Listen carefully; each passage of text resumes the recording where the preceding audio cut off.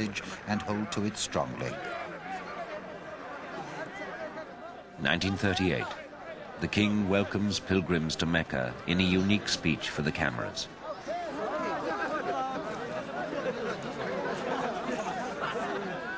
The King knew that this was his most serious responsibility. He had to ensure the smooth progress of the Hajj.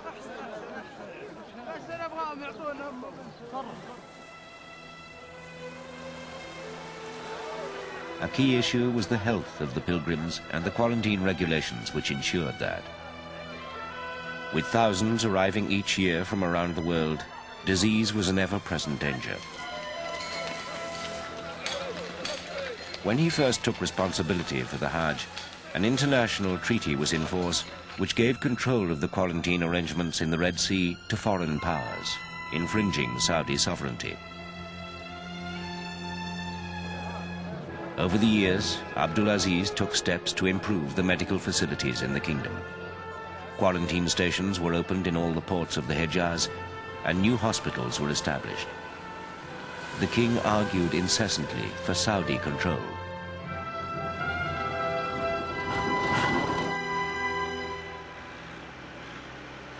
Meanwhile, the king began extending the haram. It was the first time anyone had enlarged the precinct since the Ottoman Sultan Suleiman the Magnificent built the cloisters 400 years before.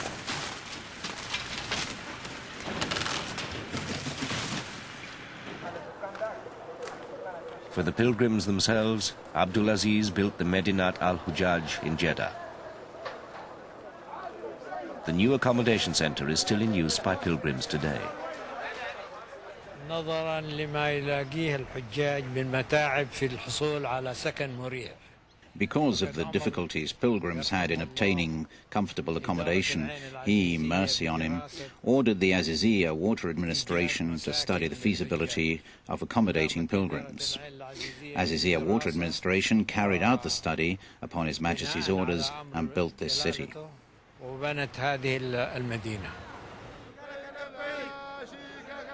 The pilgrims now are in one place and have water, electricity and comfortable accommodation, unlike in the past, where most of them used to stay in the streets in scattered groups.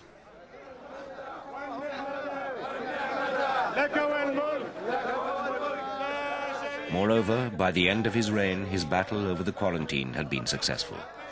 A new agreement was signed just after he died, and the kingdom took full control.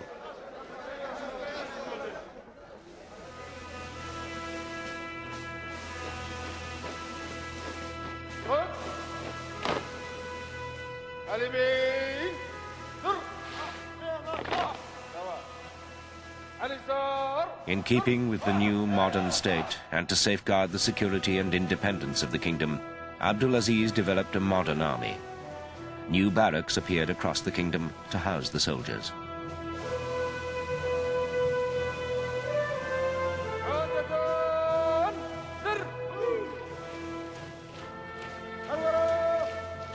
The new army was equipped with modern weapons and was trained according to modern patterns. By 1940, it numbered some 10,000 men drawn from all parts of the kingdom.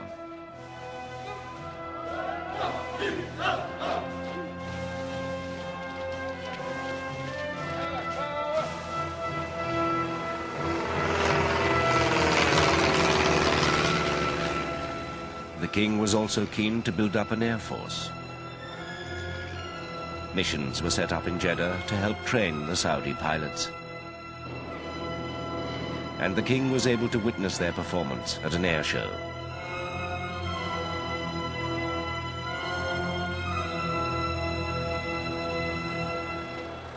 All this reaffirmed the king's position as the leading independent Arab ruler.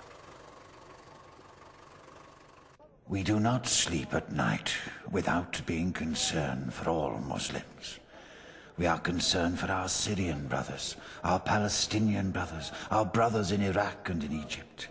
We are concerned with their situation. Our concerns are theirs. Across the Arab world, supporters of Arab independence drew comfort from his position. In particular, the situation in Palestine concerned him, as the Arabs tried to resist the rising tide of Jewish immigration.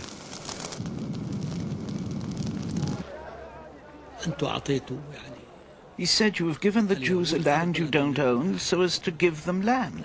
This is an Arab land, our land. So the Jews have no right to take it and you have no right to give it to them. The Arabs don't accept this. The British said that we have given them a promise, the promise of Balfour. He said, we don't accept that promise because you have given them what you don't own.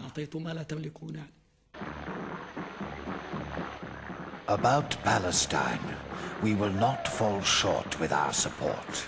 I say frankly that silence about Palestine does not serve our interest. When World War II broke out, it meant the beginning of huge changes in the Arab world. To keep his freedom of action, AbdulAziz maintained neutrality during the war, but favored the Allies.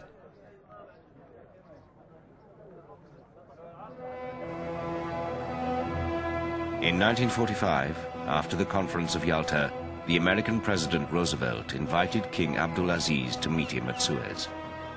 He sent a destroyer to bring the king and his court from Jeddah. It was a symbolic meeting. The two statesmen got on famously well. Yes, they were in good spirits, and Mr. Roosevelt had a very good sense of humor. He told King AbdulAziz, for a long time I've wished to meet you. I've read about you, and now we have met, I want you to tell me what's on your mind.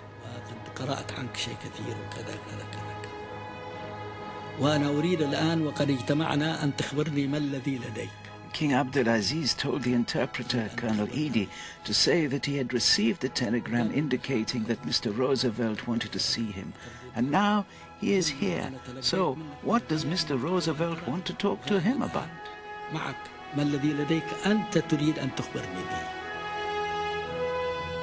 AbdulAziz even persuaded the president to promise to review his Palestinian policy.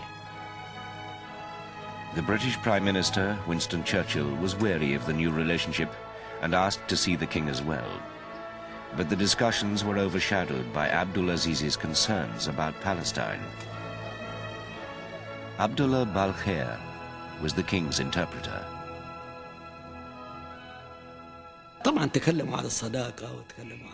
Of course, they talked about friendship.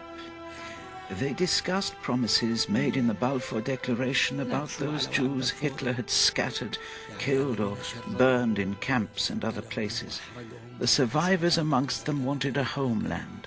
King AbdulAziz told him, I advise you not to treat falsehood with falsehood. As Hitler did to the Jews, you are trying to do to the Palestinians.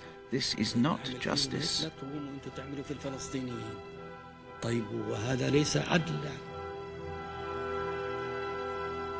AbdulAziz finally declared war on Germany, and his country shared the historic meetings in Britain and the United States, which started the United Nations.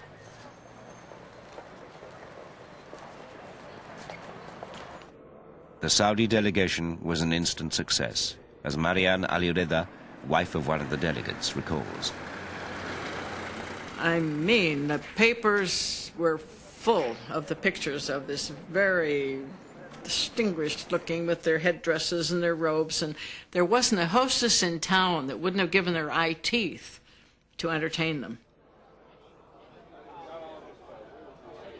Prince Faisal at that time showed such an ease at being where he was, as if he'd done it all his life.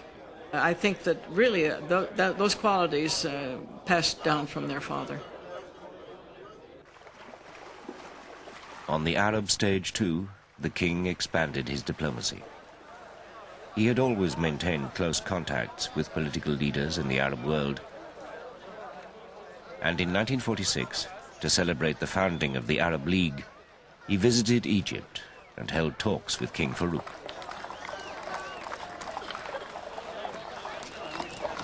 A new world was taking shape.